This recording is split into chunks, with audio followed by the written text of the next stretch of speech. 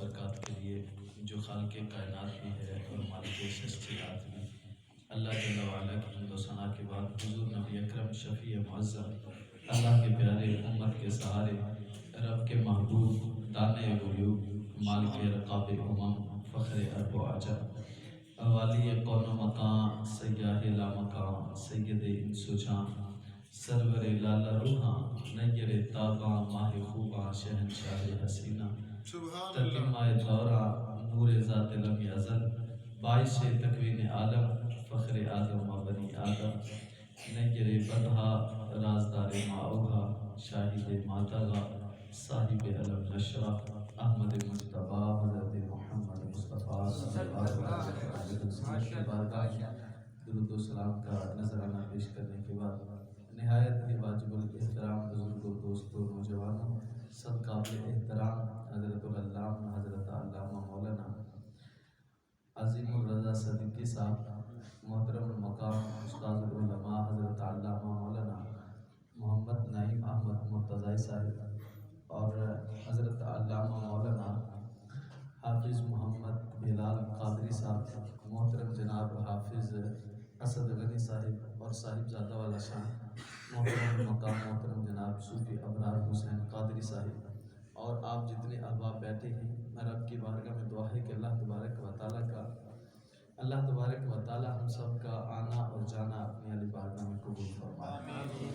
آج کی اس محفل میں نامی دل میں سکنے جیسے بھی کسی نے اپنا حصہ شامل کیا، اللہ تبارک و تعالی تمام کو دارین کی سعادتیں عطا فرمائے۔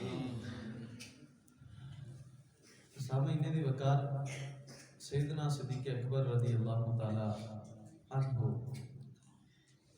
جو پہلے خلیفہ ہیں ریاست مدینہ کے، اور حضور صلی اللہ علیہ وآلہ وسلم کے ہر لمحہ قریب رہنے والے، ہر لمحہ ساتھ رہنے والے، اس قدر ساتھ رہنے والے کہ محدثین نے لکھا ہے، مفسرین نے لکھا ہے کہ حضور صلی اللہ علیہ وآلہ وسلم کے جسم اطہر کا کوئی سایہ نہیں تھا، لیکن حضور کے ساتھ سائے کی طرح جو رہے وہ حضرت ابوبکر صدیق رضی اللہ عنہ۔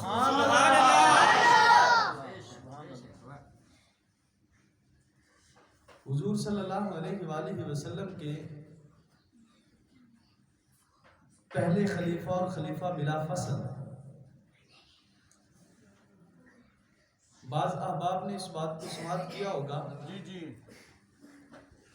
کہ بڑی دلیری کے ساتھ اس بات کو کہہ دیا جاتا ہے کہ علی دا پہلا نمبر، دمادم مست کلندر تے علی دا آندے نے جی سارے آندے نے، یہ پتہ کیوں آندے نے؟ وہ منوانا چاہتے ہیں کہ علی پہلے خلیفہ نے، اس واسطے آندے نے علی دا پہلا نمبر، لیکن یاد رکھنا علی کا چوتھا ہی نمبر ہے، چوتھا نمبر الحمدللہ۔ پہلا نمبر جس کا ہے وہ سیدنا صدیق اکبر رضی اللہ تعالی عنہ کی ذات والا صفات ہے، جو حضور صلی اللہ علیہ وآلہ وسلم کی ذات کے ساتھ محبت کرتے، اور کریم آقا صلی اللہ علیہ وآلہ وسلم بھی اپنے صحابی سے بے پناہ محبت فرماتے تھے۔ سبحان اللہ۔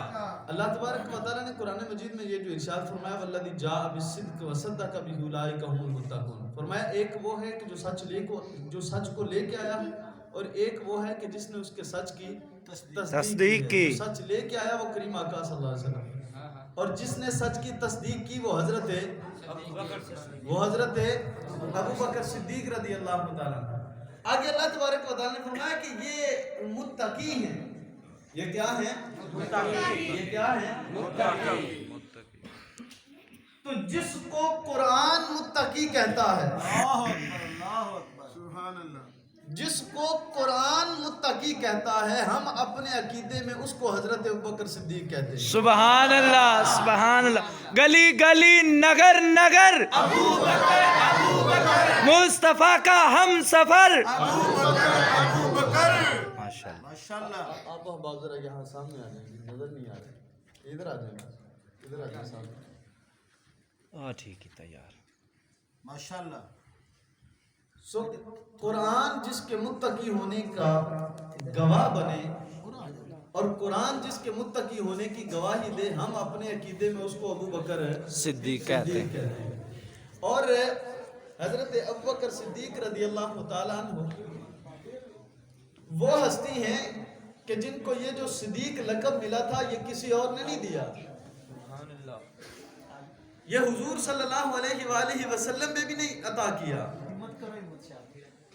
آنے آگے آ جائیں، چند منٹ کی گفتگو ہے، 7:15 پہ جو ہے وہ اذان ہے. انشاءاللہ العزیز جماعت جو ہے وہ اپنے وقت پہ، ہم انشاءاللہ العزیز نماز جو ہے اپنے وقت پہ پڑھیں گے انشاءاللہ. میں گزارش یہ کر رہا ہوں کہ قرآن جس کے متقی ہونے کی گواہی دے اس کو ہم اپنے عقیدے میں ابو بکر صدیق کہتے ہیں. اور حضور صلی اللہ علیہ وآلہ وسلم اپنے اس صحابی سے اس قدر محبت فرماتے. حضرت انس رضی اللہ تعالیٰ عنہ وہ کہتے ہیں کہ ایک دن کریم آقا صلی اللہ علیہ وسلم نے فجر کی نماز ادا کی، اور فجر کی نماز ادا کرنے کے بعد کریم آقا صلی اللہ علیہ وسلم نے فرمایا کہ اے میرے پیارے صحابہ تھوڑا سا وقفے سے ملا کرو، جب تم وقفے سے ملتے ہو تو محبت میں اضافہ ہوتا ہے. سیدنا ابو بکر صدیق نے اس بات کو سنا، چلے گئے، اور بھی اصحاب نے سنا، وہ بھی چلے گئے. ظہر کا وقت حضرت ابو بکر صدیق آئے، نماز پڑھی، نماز پڑھ کے پھر چلے گئے. حضور نے حضرت انس سے پوچھا کہ ابو بکر صدیق کہاں ہے؟ تو عرض کی یا رسول اللہ وہ تو چلے گئے ہیں نماز پڑھ کے. عصر کا وقت ہوا، پھر آئے، نماز پڑھی، نماز پڑھ کے پھر چلے گئے. حضور نے پھر پوچھا ابو بکر کدھر؟ اللہ اکبر. عرض کی یا رسول اللہ وہ تو نماز پڑھ کے چلے گئے. مغرب کے وقت پھر آئے، نماز پڑھی، چلے گئے. کریم آقا صلی اللہ علیہ وسلم نے حضرت انس کو بلایا اور بلا کر کے فرمایا کہ کیا بات ہے کہ ابو بکر نظر نہیں آیا؟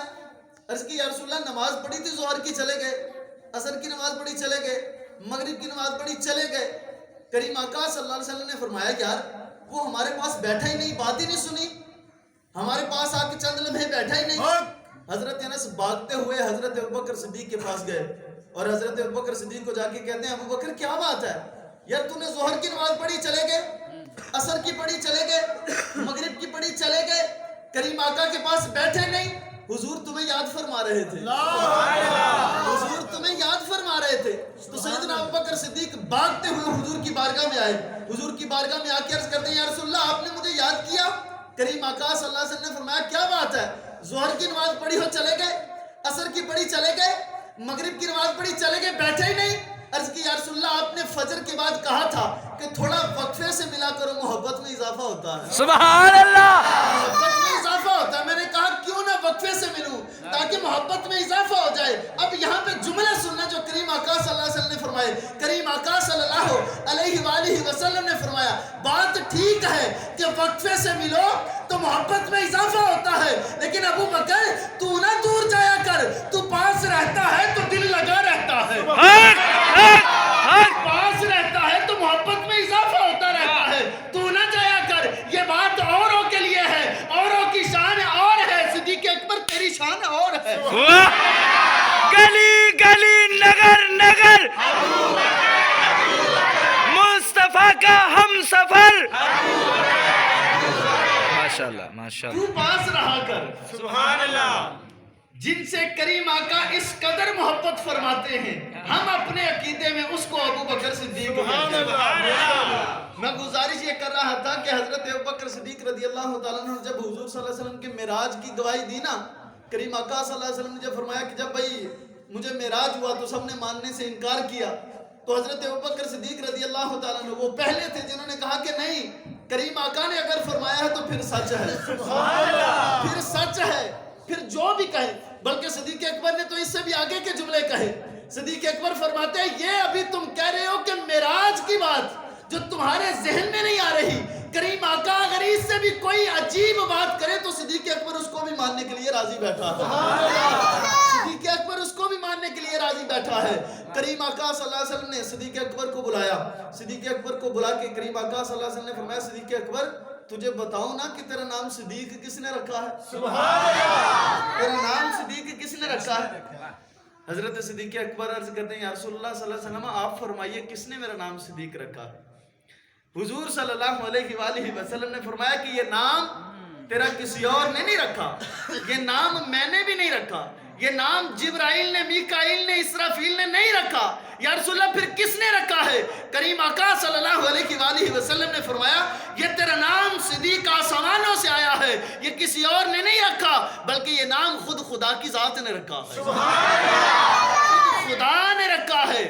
تو جس کو اللہ صدیق کہتا ہے، اللہ اکبر، جس کو اللہ کا رسول صدیق کہتا ہے، جس کو 1,24,000 کم و بیش جو صحاب ہیں وہ سارے کے سارے صدیق کہتے ہیں، اگر آج کوئی ان کو صدیق نہ مانے تو میں کہتا ہوں صدیق اکبر کی صداقت میں شک نہیں ہو سکتا، لیکن اس بندے کے ایمان میں ضرور شک ہو سکتا ہے، اس بندے کے اپنے ایمان میں شک ہوگا جو صدیق اکبر کی صداقت کا انکار کرے، جو آپ کے صدیق ہونے کا انکار کرے، اور جو کریم آقا صلی اللہ علیہ وسلم کے اس صحابی پہ الزامات لگانے کی کوشش کرے۔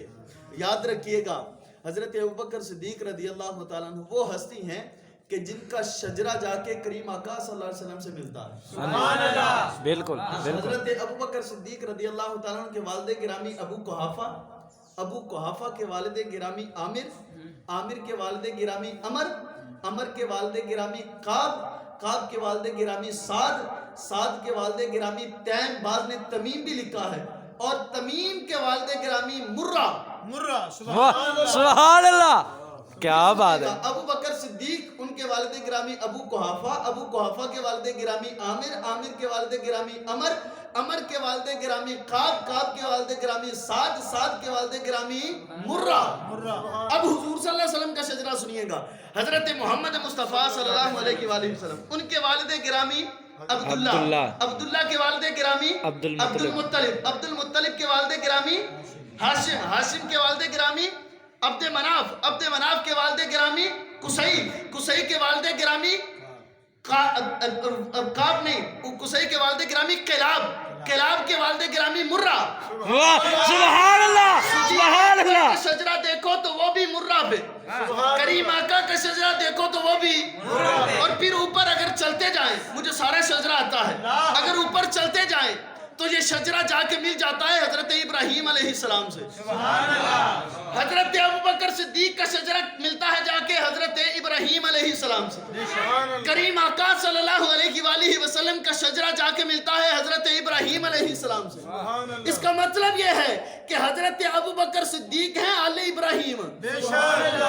یہ نوجوان ذرا توجہ کیجئے گا میری بات پہ، مجھے یہ غم نہیں کہ بدل گیا زمانہ، میری زندگی ہے تم سے کہیں تم بدل نہ جانا، ذرا توجہ رکھیے گا، میں کہنا کیا چاہتا ہوں، حضرت ابوبکر صدیق ہیں آل ابراہیم، اور حضور صلی اللہ علیہ وآلہ وسلم ہیں آل ابراہیم، یعنی حضرت ابوبکر آل ابراہیم، کریم آقا صلی اللہ علیہ وسلم آل ابراہیم، پھر کہیے گا حضرت ابوبکر صدیق آل ابراہیم، حضور صلی اللہ علیہ وسلم آل ابراہیم۔ اب آئیے نماز کی طرف، نماز میں ہم ایک درود پڑھتے ہیں، اللہم صلی علی محمد وعلی آل محمد کما صلیت علی ابراہیم علی ابراہیم علی ابراہیم علی ابراہیم، حضرت محمد صلی اللہ علیہ وسلم، کریم آقا آل ابراہیم، حضرت ابوبکر آل ابراہیم، اور درود پڑھتے ہیں نماز میں، درود پڑھتے ہوئے ہم درود بھیجتے ہیں آل ابراہیم پہ، آل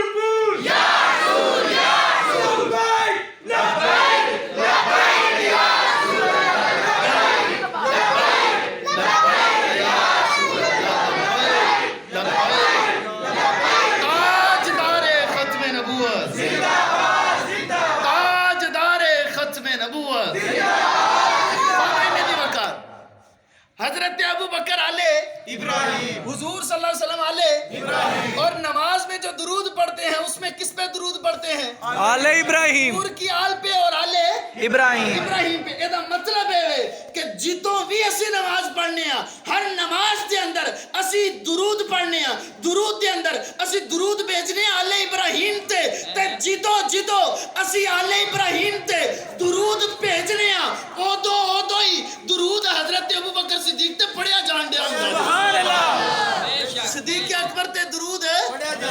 صدیق اکبر تے درود یہ مطلب ہے کہ نماز اونی دیر تک نہیں ہوندی جنی دیر تک ابو بکر تے درود نہیں پڑھ لیں گے. نماز اونی دیر تک نہیں ہوندی جنی دیر تک ابو بکر صدیق تے درود نہ پڑھے. ماشاءاللہ شرم ہونی چاہیے انہاں لوکاں نو کہ نماز دے اندر آ کے جڑے صدیق اکبر تے درود بھی پڑھدے نے تے نماز دے بعد دے وچ آ کے صدیق اکبر نو گلاں بھی کردے ہوئے نظر آندے نے. میں کہ شرم کر، حیا کر یا تے نماز دے اندر درود ابراہیمی پڑھنا چھڈ دے یا پھر صدیق اکبر دی محبت نو دل دے اندر بسانا شروع کر کیا یا پھر صدیق اکبر دی محبت نو دل دے اندر بسا. نہیں تے نماز دے اندر درود پڑھنا ہی جدو تو درود پڑھنا چھڑ دیتا تو پھر تیرے نال بننا کی ہے تیرے بھی نہیں پتا. ہاں جی اب تیرے نال بننا کی ہے ایدا مطلب ہے کہ صدیق اکبر دی دشمنی لین نال تے صدیق اکبر دا بغض دل دے اندر رکھن نال لوکاں نو پتہ ہی نہیں انہاں نال بننا کی ہے. انہاں نال بننا کی ہے. صدیق اکبر رضی اللہ تعالیٰ عنہ حضور صلی اللہ علیہ وآلہ وسلم کے صحابی کریم آقا صلی اللہ علیہ وسلم نے اس قدر محبت فرمائی اپنے صحابی سے، اس قدر محبت فرمائی اور اس صحابی نے بھی کسر کوئی نہیں چھوڑی. حضرت علی المرتضیٰ شیر خدا رضی اللہ تعالیٰ عنہ آپ خود بیان فرماتے ہیں، آپ فرماتے ہیں بلکہ کسی نے آپ سے پوچھا عرض کی کہ بتائیے کوئی ایسا ہے جو آپ سے بھی جو ہے وہ دلیر ہو اور طاقتور ہو. حضرت علی المرتضیٰ شیر خدا فرماتے ہیں ہاں مجھ سے بھی کوئی دلیر ہے، مجھ سے بھی کوئی طاقتور ہے. لوگوں نے تعجب سے پوچھا علی آپ کہہ رہے ہیں جنہوں نے خیبر کا وہ دروازہ اٹھایا کہ جو 40 لوگوں سے اٹھایا نہیں جاتا تھا اور اس کو پکڑ کے ڈھال بنا لیا اور آپ کہتے ہیں کہ آپ سے بھی کوئی طاقتور ہے؟ ہماری سمجھ میں یہ بات نہیں آتی. صدیق حضرت علی المرتضیٰ شیر خدا رضی اللہ تعالیٰ عنہ آپ فرماتے ہیں آؤ میں تمہیں بتاؤں کہ مجھ سے طاقتور کون ہے. آپ فرماتے ہیں کہ مجھ سے طاقتور ایک ہستی ہے اور اس ہستی کا نام حضرت ابوبکر صدیق رضی اللہ عنہ. سبحان اللہ. یہ حضرت علی المرتضیٰ خود فرماتے ہیں. اور پھر حضرت علی المرتضیٰ شیر خدا کا فرمان دیکھیے گا. حضرت علی المرتضیٰ فرماتے ہیں کہ اگر کوئی چاہتا ہے کہ وہ مجھ سے محبت کرے اور یہ چاہتا ہے کہ اس کے دل میں علی آ جائے، اگر کوئی یہ چاہتا ہے کہ اس کے دل میں علی آ جائے، علی کی محبت آ جائے، تو ایک بات یاد رکھنا علی کی محبت تب تک تمہارے دل میں نہیں آئے گی جب تک تمہارے دل میں ابو بکر اور عمر کی محبت نہیں آ جاتی.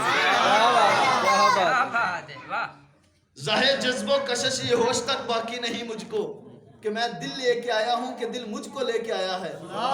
میں آپ کے لیے بات کر رہا ہوں، آپ احباب کے لیے بات کر رہا ہوں، یہ نوجوان آپ کے لیے بات کر رہا ہوں.